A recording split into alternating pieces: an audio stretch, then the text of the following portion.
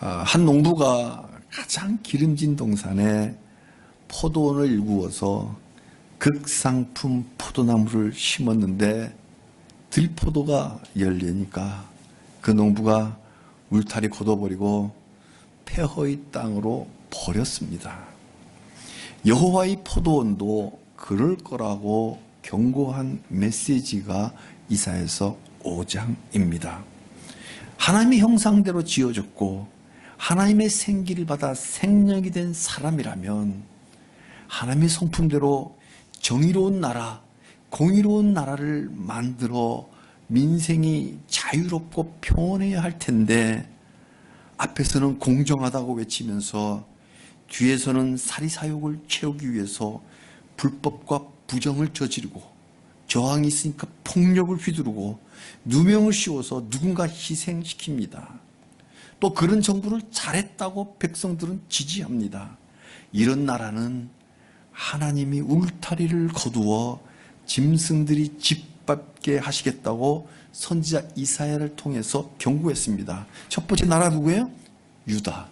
유다 나라가 샘플로 희생타로, 그걸 뭐라고 하죠? 시범타로 한번 당했습니다. 이걸로 끝? 아닙니다. 실제적이고 구체적인 6가지를 이어서 경고합니다. 하나님은 왜 심플하게 이 말씀 다 하셨거든요. 메시지가. 심플하게 하시면 우리가 지성이 있잖아요. 지성을 가진 인간들이 다 알아들을 텐데 왜 굳이 또 구체적인 사례를 하나하나 들어가면서 화 있을 징조를 6번을 계속하면서 경고하실까요? 똑같은 내용을. 그래서 앞에 말한 건 전체 제너럴하게 딱 메시지를 압축적으로 경고한 거예요.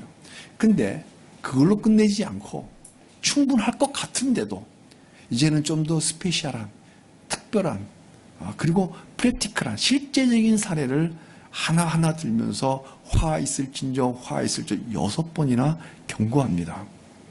왜? 알아들을 것 같은데 못 알아들어요. 못 알아들어요. 7절에 정의를 버리고 학살을 저질렀다. 공의를 버리고 무고한 사람들 희생시켜서 울부짖게 만들었다. 그러면 심판받는다. 이 심플한 경고만으로는 사람들이 알아듣질 못해요. 아, 그렇지. 맞아. 남 이야기로 들어요. 남 이야기로. 자기 이야기인 줄 모르고 그래 맞아 그 사람이 그랬지. 그래서 구체적인 죄악 하나하나를 6번이나 말씀하십니다. 그래야 사람들이 아 정말로 그렇군요. 이제야 알겠습니다. 제가 그랬군요. 그게 제 이야기였군요.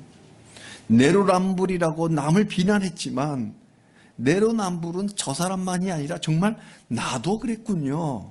그것을 깨닫게 됩니다. 그래서 하나님은 화 있을 징조 6번이나 외치며 하나하나 구체적인 사례를 들면서 경고하십니다.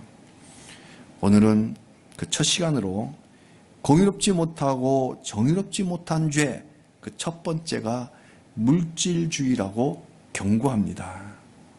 그래서 오늘 말씀을 물질의 마음 뺏김을 회개합시다라는 제목으로 하나님의 마음을 이 시간 우리 마음에 새겨보도록 하겠습니다.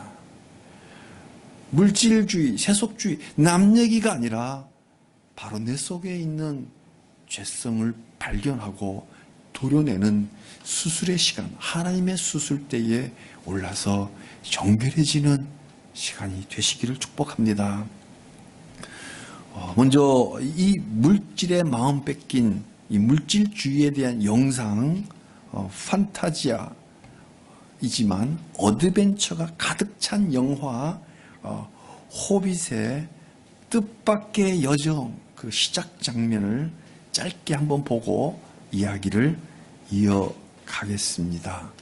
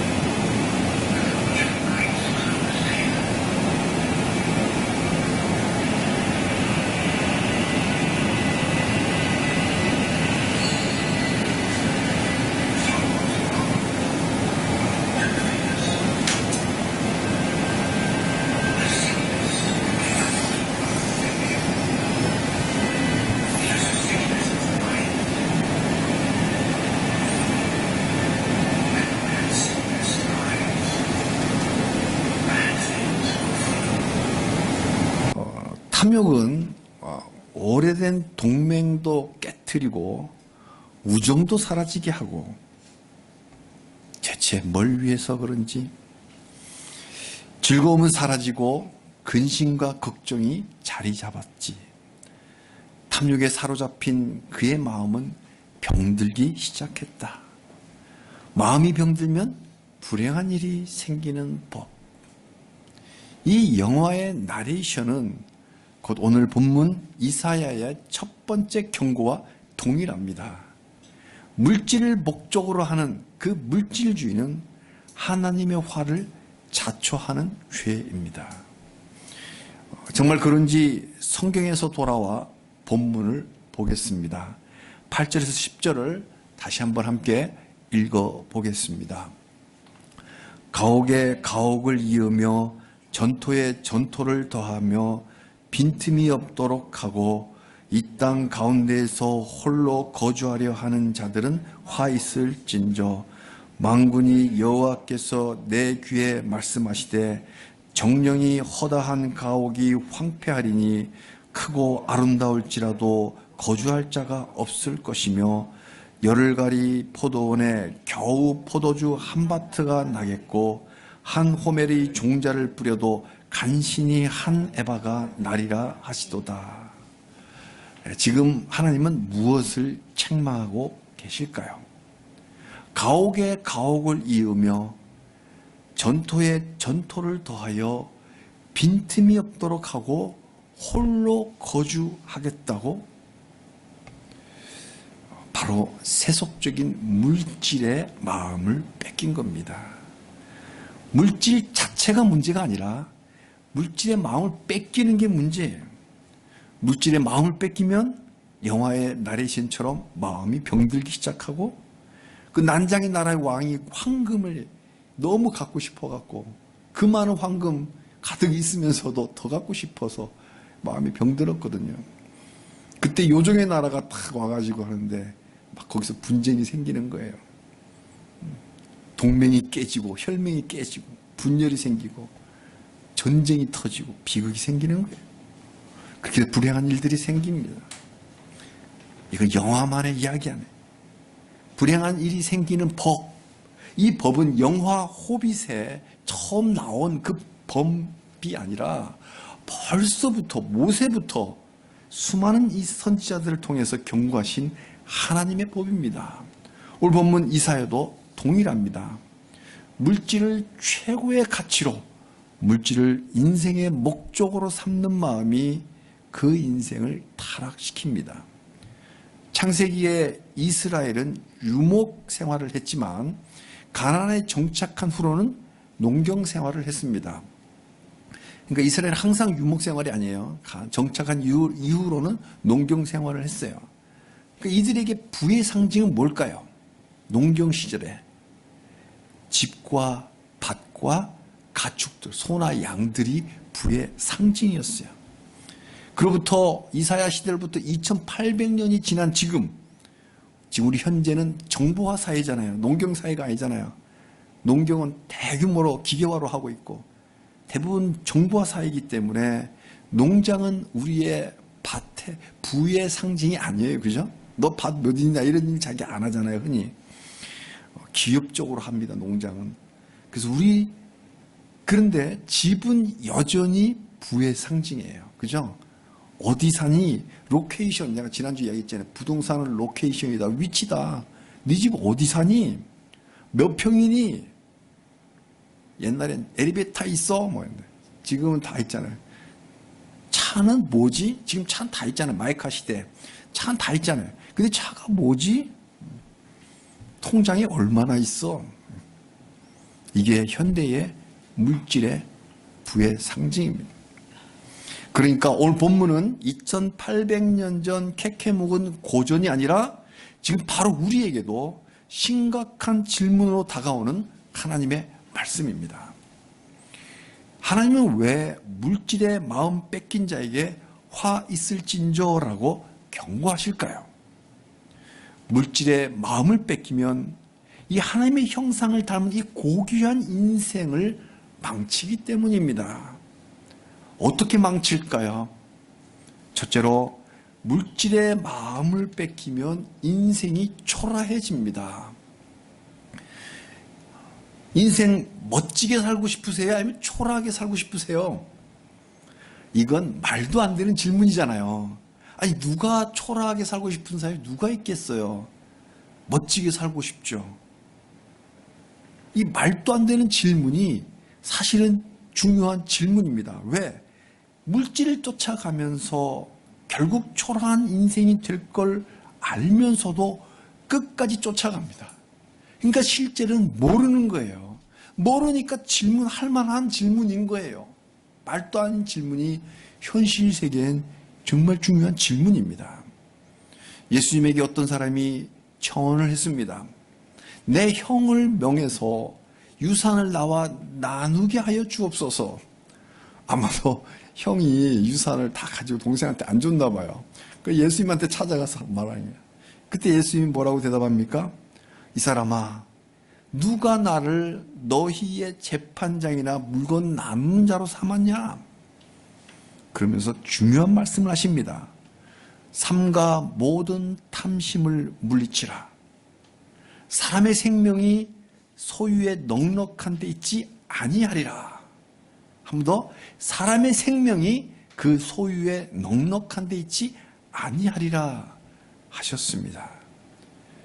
예수님이 민법상 유산 상속에 대한 불공평에 대해서 눈 감은 것이 아니라 그보다 더 중요한 것은 우리의 죽고 사는 생명, 이 생명이 소유의 넉넉함에 있지 않다. 더 중요한 것은 영원한 생명을 바라보는 게 포인트다. 이거 강조하는 거예요. 누가복음 12장 15절의 말씀입니다. 사람의 생명이 물질 많음에 있지 않다. 세상 물질 아무리 많이 가져가 봐야 사람 생명과 바꿀 수 없습니다. 우리 현대사를 그은 유명한 일대 재벌들 있잖아요. 대기업 재벌들 다 돌아가셨지만 그 유산 다 물질 가져갔나요? 10원짜리 한 장 안 갖고 갔습니다. 갖고 갈 수 없어요. 근데 왜 초라하다고 제가 말씀했을까요? 자, 우리 10억을 가졌다고 한번 가정을 해봅시다. 공무원들 뭐 재산 등록하게 돼 있어요. 그래서 누구는 5억이다, 10억이다 뭐 이렇게 발표하더라고요. 우리 서민들은 그렇게 안 갖고 있지만, 자, 10억 가졌다고 가정을 해볼게요. 10억을 내가 가져놓으라고 자랑해 봐야 나는 10억짜리밖에 안 된다라고 말하기 때문에 초라해 보이는 거예요. 그잖아. 20억짜리가 봤을 땐 초라하지 않습니까? 100억 가졌다고 자랑해 봐야 우리는 100억이 없으니까 부러울지 몰라도 100억보다 더 많이 가진 사람이 봤을 때는 아, 너 100억짜리밖에 안 됐니? 라고 초라하게 볼 거 아니냐요. 그래서 우리 인생 초라해지는 거예요.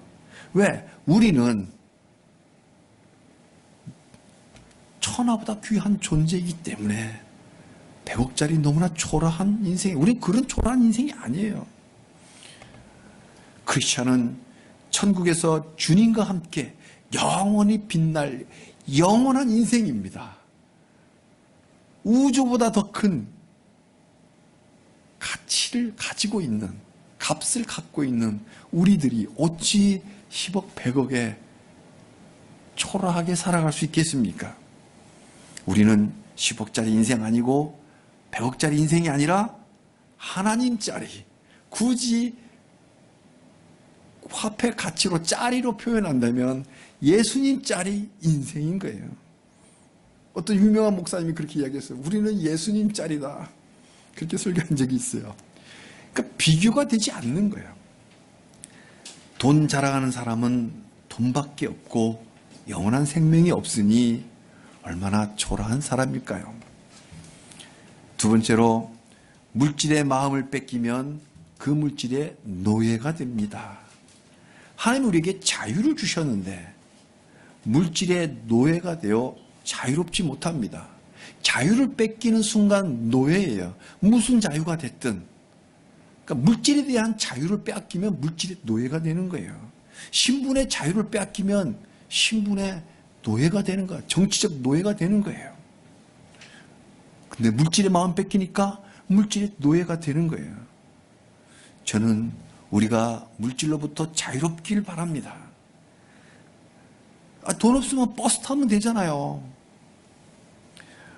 물질의 도구로, 그 물질이 뭐예요? 이게 도구잖아요. 툴로 사용할 줄 알아야지 그 물질의 도구가 되어서야 되겠습니까? 비참해집니다. 우리는 왜 물질의 노예가 될까요? 만족할 줄 몰라서 그렇습니다. 만족이 없어서. 우리 나름대로 멋진 옷이 있는데 남의 옷과 비교합니다. 남의 옷이 더 좋아 보이는 거예요. 자기 집이 있는데 남의 집을 자꾸 비교하는 거예요. TV 드라마에 나오는 집들. 그런 드라마에 나오는 집들은 원래 화려하게 해야 볼만해요. 그러니까 자꾸 비교하는 거예요. 자기 차를 자꾸 남의 차와 비교합니다. 그래서 저런 물건 갖고 싶다. 근데 돈이 없으니까 사지 못해요. 그러면 그때부터 마음이 병들기 시작합니다. 갖고 싶은데 돈이 없어 못 사니 한탄하면서 마음이 병들기 시작하는 거예요. 아까 영화 대사에 뭐예요? 마음이 병들면 불행한 일이 생기는 법인데, 거기에 마음이 꽂히니까 노예가 되는 거예요. 사람이 물건을 소유해야지 물건이 나를 소유해서 되겠습니까? 우리 주님 말씀하십니다. 목숨이 음식보다 중하고 몸이 의복보다 중하니라. 먹어야 살죠. 그러니까 음식과 몸의 관계는 밀접한 관계인데 몸이 더 중요한 거죠. 몸을 보존하려고 음식을 먹는 것이지 음식을 먹으려고 몸을 보존하는 게 아니라는 거죠. 인생에서 중요한 건 물질이 아니라 영혼입니다. 그래서 우리 사람 볼 때 영혼을 보자. 그 사람 속에 있는 영혼을 보면 사랑하게 돼요. 근데 껍데기만 보면 뭐 미우고 치고받고 싸우는 거예요. 오늘 본문에 가옥에 가옥을 잇고 전토에 전토를 더하여, 우리 청년들에게 조금 이렇게 어감이 이렇게 팍 와닿지 않을 수 있죠. 어색할 수 있어요. 왜? 가옥이란 말은 한문이잖아. 전토 이런 말 하잖아요. 밭전자예요. 밭전자. 흙토자. 밭이란 말이에요. 밭대기. 집과 집을 이어가면서 밭과 밭을, 밭이 있는데 밭을 더 사는 거야. 계속 밭을 더 사는 거예요. 그래서 빈틈이 없도록. 그래서 이 땅 전부가 다 내 밭이야. 탐욕이잖아요. 만족할 줄 모르는 탐욕이에요. 그러니까 더 사고 더 사고. 집이 있는데 또 집을 더 사고, 밭이 있는데 밭을 더 사고, 꽉꽉 채우는데도 만족이 없어요. 먹어도 여전히 배가 고파요. 물질의 노예가 된 거예요. 주식해본 사람은 다 압니다. 저도 옛날 한참 우리 사주 주식이 한참 유행할 때가 있었어요. 막 시작될 때 우리 사주라는 걸 받아가지고 어쩔 수 없이 본의 아니게 주식에 관심을 갖다 보니까 제가 경험한 거예요. 자고 나니까 100만 원이 오른 거예요. 출근하면 딱 컴퓨터부터 켜서 보는 거예요. 어제보다 100만 원이 올랐어요. 어떻겠어요? 제 기분이 어땠을까요? 속된 말로 째지게 좋았습니다. 뭐 너무 좋은 거예요. 근데 하루는 못 가요. 내일이면 300만 원 올랐으면 좋겠다, 이런 생각이 드는 거예요. 그 출근하자마자 컴퓨터를 딱 키니까 정말 250만 원 올라간 거예요. 얼마나 좋을까요? 한번 상상을 해보십시오. 저는 직접 경험을 한 거거든요. 너무너무 좋은 거예요. 근데 이제는 그 만족이 1시간을 못 갑니다. 만족이 안 돼요. 내일이면 500만 원 올랐으면 좋겠다. 내일 또 해가 떴습니다. 올랐을까요? 떨어졌어요. 떨어지니 마음 아프고, 올라가면 행복해야 되는데 만족이 얼마 못 가요. 만족이 안 되는 거예요. 더 오르길 바라는 거예요. 만족이란 없다. 이 탐욕은 언제 채워질까요? 죄송하지만 영원히 채워지지 않습니다. 제가 그걸 깨달았어요. 40대 초반에. 그래서 그때부터 제가 나름대로는 물질로부터 초월했습니다. 제가. 그러니까 아내가 그래요. 왜 물질에 초월하냐고. 전 그때 경험했거든요. 만족이 없다는 걸 알았거든요. 오히려 더 허위저는 거예요. 히딩크가 뭐예요? 아직도 배고프다는 말이 그때 내가 경험을 한 거예요. 물질의 마음 뺏긴 영혼의 특징은 만족이 없다는 겁니다. 왜 그럴까? 왜 만족이 없을까? 생각해 봤어요. 왜 그럴까요? 내가 너무 크기 때문에 그래요. 우리의 마음의 크기는 이 우주의 크기보다 훨씬 큽니다. 겨우 몇백억으로 채울 수 없을 만큼 큽니다. 창세기 1장 26절 하나님의 형상을 따라 하나님의 모양대로 사람을 만들고 2장 7절에 사람의 코에다가 하나님이 생기를 불어넣어 생명으로 만들었다. 그래서 한 영혼이 천하보다 귀하다. 이 말씀이 그냥 하신 말씀이 절대로 아닙니다. 천하에는 하나님의 생기가 들어가 있지 않아요. 피조물이에요. 본능대로 움직이게끔 생물들로 돼 있고 이 모든 우주 전체는 하나님이 운행하신 대로 운행하게 돼 있지 그 안에 하나님의 형상, 모양, 생기가 들어가 있지는 않다고요. 오직 유일하게 사람만이 하나님의 생기가 들어가 있어요. 그러니 천하로도 만족시킬 수 없는 존재가 바로 우리입니다. 그래서 제가 누군가하고 한번 농담을 한 적이 있어요. 직원들하고. 야, 저 아파트 니 가져. 이쪽 동 니 가져. 너는 저기 달 너 가져. 너는 저 별 너 가져. 뭐 이런 농담을 한 적이 있습니다. 뭐 가진다고 그게 내 건 아니지만 그 별을 내가 가진다고 칩시다. 화성이 내 거야. 화성이 우리 형제님 거야 지금부터. 화성. 토성은 형제님 거고. 화성의 주인이야. 만족하실 것 같아요? 만족이 될 것 같아요? 태양계를 가져도 다 만족이 안 돼요. 왜? 나는 그거보다 더 크게 만들어 줬기 때문에 그래요. 하나님 짤이기 때문에 그렇습니다. 그래서 하나님으로 채워져야만 만족이 있어요. 그런 영적 존재예요. 그래서 천사들도 흠모하는 존재예요.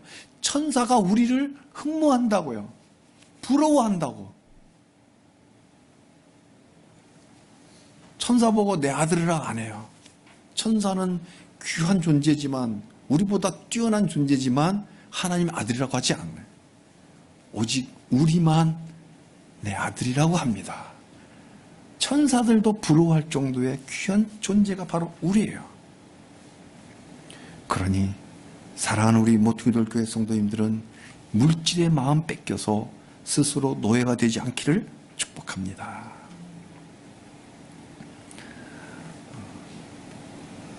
또 그걸 아셔야 돼요. 그렇다고 교만해서는 안 돼요. 우주과학자가 제가 얼마 전에 척추 수술을 받아서 입원실에 같이 있는데 한 분이 저쪽 어디 천문대에 종사하셨던 분이에요. 그리고 관리하시는 분인데 천문대 자랑을 해요. 한번 와라. 오면 내가 보여주겠다고. 천체만한 경 다 본대요. 그러면서 쫙 나름대로 읊어요. 우리가 아는 이야기. 태양계의 지구는 한쪽 중앙에 있잖아요. 한쪽 중앙에 있잖아요. 근데 태양계가 있는 우리 우주, 이거 뭐라죠? 은하계죠, 은하계. 은하계가, 태양계가 은하계의 중심에 있을까요? 한쪽 구석에 있다 그러잖아요. 근데 이 은하가 수도 없이 많다며요. 그럼 우리 은하계는 그 많은 은하계의 중심에 있을까요? 어떻게 알고 있어요? 과학자들이 발견하기를 한쪽 구퉁이에 있다고 보죠. 자, 그렇다면 이게 전체 우주라고 한번 가정을 해봅시다. 우주는 팽창한다고 과학자들 이야기인데 하나님이 만드신 이 우주에 우리 사람이 살고 있는 지구가 센터에 있을까요? 쫙 구석이 있잖아요. 안 보이는 쫙 구석에. 좀 궁금해서 하나님 왜 그렇게 하셨을까? 왜 에덴 동산의 지구의 그 파란 별의 정센터에 놓고 보시지 않고 막 구석에 보이지 않는데 두셨을까? 교만하지 말아요. 교만하지 마라. 그리고 우리가 그 수없이 많은 별들을 볼 때 그 광활한 우주를 보면서 교만하지 마라. 그잖아요. 그 왜 별들을 만들어 놨을까요? 거기 생물도 없는데 우리 보고 감상하라고 주셨고 그걸 보면서 겸손하라고, 교만하지 말라고. 왜 교만하지 말라 그럴까요? 우리가 우주보다 크기 때문에 그래요. 그렇게 우리를 위대하게 만드셨기 때문에 교만할까봐 한쪽 구퉁이에 갖다 놓고, 그리고 과학이 발달되지 않은 시절은 하늘은 볼 수 있잖아요. 그 많은 별들 중에 저 광활한 우주를 보면서 내가 먼지 봐도 벌레만도 못하고 먼지마도 못하다고 이렇게 고백들을 하잖아요, 시인들이. 그걸 깨달으라고. 그렇게 귀하게 창조받은 우리니 물질의 노예가 되지 말기를 주님의 이름으로 축복합니다. 아멘. 세 번째로, 물질의 마음을 뺏기면 이기적인 사람으로 추락합니다. 저도 이기적이란 욕을 더러 많이 먹습니다. 근데 이기적인 특징은 유아 시절, 아이들은 이기적이에요. 근데 저 어른이 되면 양보할 줄 알아야 되잖아요. 근데 이기적인 사람이 돼요. 성인 아입니다. 물질을 탐하는 목적이 뭘까요? 결국 자기를 위한 거 아니겠어요? 공부해서 남주자 이런 말 들어본 적 있죠? 공부해서 남주자. 한동대학교 김영길 총장님 그 장로님께서 그 슬로건이 그래요. 그래서 이걸 따라서 패러디해서 누군가가 돈 벌어서 남주자 이렇게 말하는 사람들도 더러 계세요. 그런데 사실 뿌리 깊은 그 죄성을 보면 돈 벌어서 남주자 포토샵에 사진만 찍고 선전하려는 거 아닌지 모르겠어요. 돈 벌면 약간 기부는 할 망정 실은 자기가 가지려고 돈을 법니다. 특히 한국 사람들은 기부 많이 안 해요. 미국의 유명한 재벌가들 엄청난 기부하잖아요. 거의 전 재산 내놓듯이. 그런 분도 계시지만 특별한 하나님 은혜 받으셨겠죠. 그러니까 대체로 우리 대부분의 인생들은 조금 기부하고 다 자기 쓰려고, 자기 가지려고 그러잖아요. 집에 쌓아놓고. 최근에 누군가 보니까 강남의 빌딩 주인이 되고 싶었다고 그런 뉴스가 나오더라고요. 오늘 본문 8절도 경고합니다. 홀로 거주하려 하는 자들은 화 있을진저. 이게 나오잖아요. 전부 다 끌어모아갖고 뭐라고 그래? 내 혼자 갖겠다고. 밭 사고 집 사서 혼자 있겠다고 8절의 본문에 그렇게 이야기해요. 그 사람 화 있을진저. 많이 모아서 공동체를 갖고 전부 다 같이 잘 살겠다. 이런 사람이라면 아닌데 혼자 갖겠다. 이런 사람에게 화가 있죠. 그러니까 이기심이잖아요. 이렇게 우리를 초라하게 만들고 물질의 노예가 되게 하고 이기심 똘똘 뭉친 성인 아이로 추락하게 만드는 이 물질의 마음을 뺏기는 원인이 도대체 뭘까요?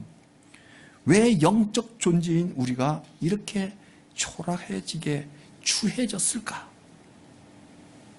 답은 하나님을 잊었기 때문입니다. 사람들은 마치 하나님이 없는 것처럼 살아갑니다. 근데 팩트는 하나님은 살아계십니다. 지금도 우리를 굽어보고 계십니다. 그래서 마땅히 성도는 하나님을 늘 기억해야 합니다. 보십시오. 어느 신학자가 말합니다. 저는 신학교 공부할 때 굉장히 임팩트 있게 들은 말이 몇 개 남아있는데 그 중에 하나가 이거예요. 신앙의 핵심은 remember다. 신앙이 있냐? remember. 기억이라는 거죠. 기억. 우리는 메모럼들 많이 만들어 놓잖아요. 무덤도 그렇고 기념비도 만들어 놓고 곳곳에 역사적인 많이 만들어 놓습니다. 그 민족마다. 신앙인이라면 하나님을 기억해야 한다. 근거가 어디 있어요? 신명기 9장 7절. 내 하나님을 여호와를 기억하라. 말씀이 나와요. 내 하나님 여호와를 기억하라. 성경 전체적으로 흐르는 그 하나의 메시지 중에 하나가 바로 remember입니다. 광야길 돌보신 하나님을 기억하십니까? 그러면 어찌 하나님을 잊을 수 있겠습니까? 내 인생 어려운 고비고비마다 인생을 보십시다. 20, 30, 50 각자의 인생의 길이를 되돌아보자고요. 고비고비마다 함께 하신 그 하나님 어찌 잊을 수 있겠습니까? 기억한다면 그 물질 따위의 마음을 빼앗길 수 있겠습니까? 제가 중학교 3학년 때요. 스피드 광이었어요.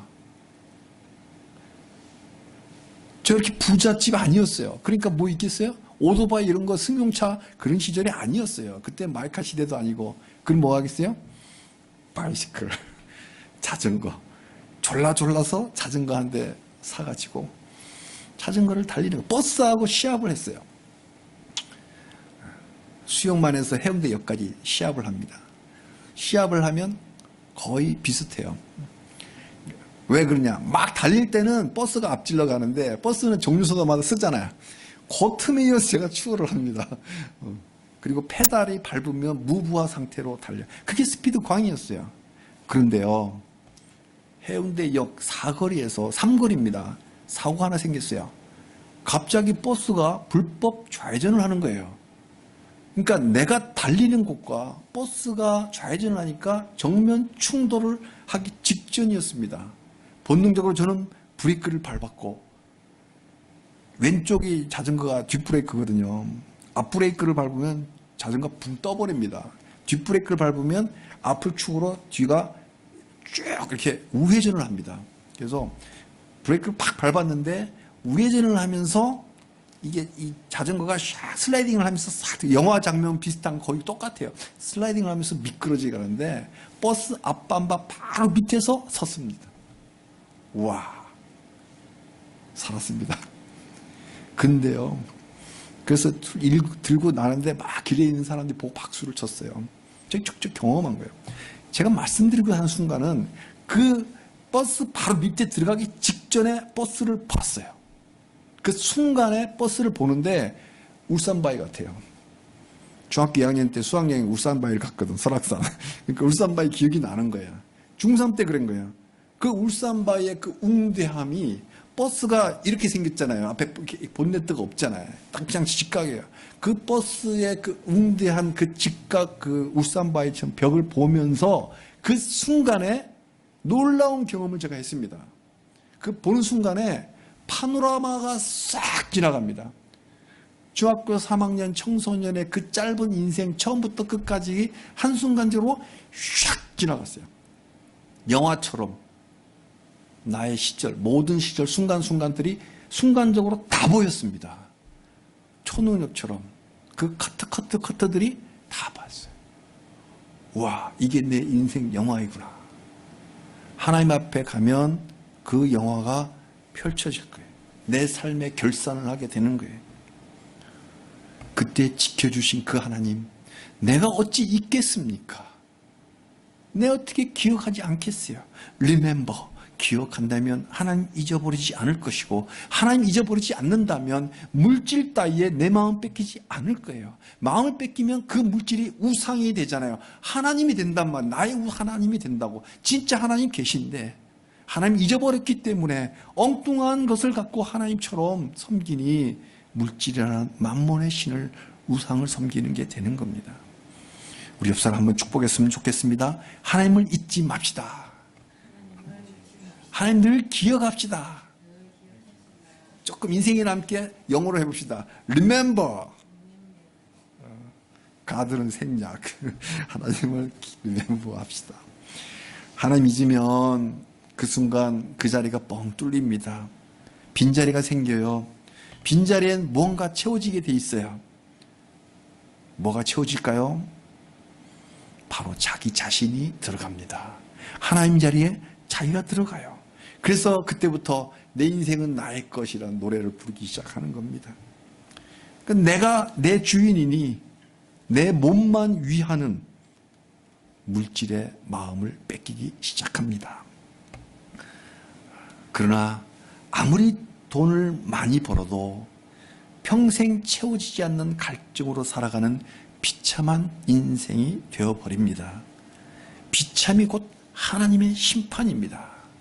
노아 때 홍수로 심판하셨고, 소돔 고모라 때 유황불로 심판하셨고, 아수르 제국, 바벨론 제국, 이집트 제국, 그리스 제국, 로마 제국 다 어디 갔어요? 거기는 서양이니까 우리가 실감이 안 나잖아요. 실감 났게 동양으로 봅시다. 몽골 제국, 징기스칸. 우리 선조들이 그렇게 순환을 당했던 그 징기스칸 몽골 제국 지금 어디가 있습니까?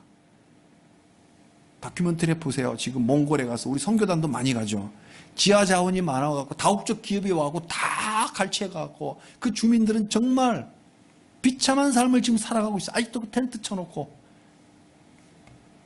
그 언제 그 몽골의 그 유럽까지 재배했던 대제국의 그 호령이 다 어디 갔냐? 남은 거 하나도 없어요. 초라할 뿐입니다. 다 하나님의 심판입니다. 유물론으로 사람 목숨 파리 잡듯이 죽여버리는 공산주의, 사회주의도 마찬가지로 하나님의 진노 아래 있습니다. 사회가 우선이기 때문에 개인은 희생하라고 사람 하나 죽이는 거 아무렇지 않게 죽여버립니다. 이런 사람들 하나님의 진노 아래 있습니다. 하나님의 심판으로 소비에트 연방이 붕괴됐죠. 중국도 지금 괴질로 심판받고 있습니다. 지금도 남한을 적화 통일하려는 북한 김일성 3대 세습 독재 공산당도 반드시 심판받고 우리 북한의 형제자매들이 자유로운 날을 맞게 될 것입니다. 한국은 그동안 반공교육을 너무나 소홀히 했습니다. 8절에 말씀하십니다. 이 땅 가운데 홀로 거주하려 하는 자는 화 있을진저. 이사야 45장 7절에도 이런 말씀을 하셨습니다. 나는 빛도 짓고 어둠도 창조하며 나는 평안도 짓고 환난도 창조하나니 나는 여호와라 이 모든 일들을 행하는 자니라 하였노라. 좀 생소한 말씀이에요. 내가 어둠을 창조했고 내가 환난도 창조했다. 하나님은 빛도 창조하지만 어둠도 창조하셨고요. 평안도 주시지만 환난도 창조하신 하나님입니다. 바로 심판이죠. 심판하시는 하나님이에요. 심판은 하나님께로 온 거예요.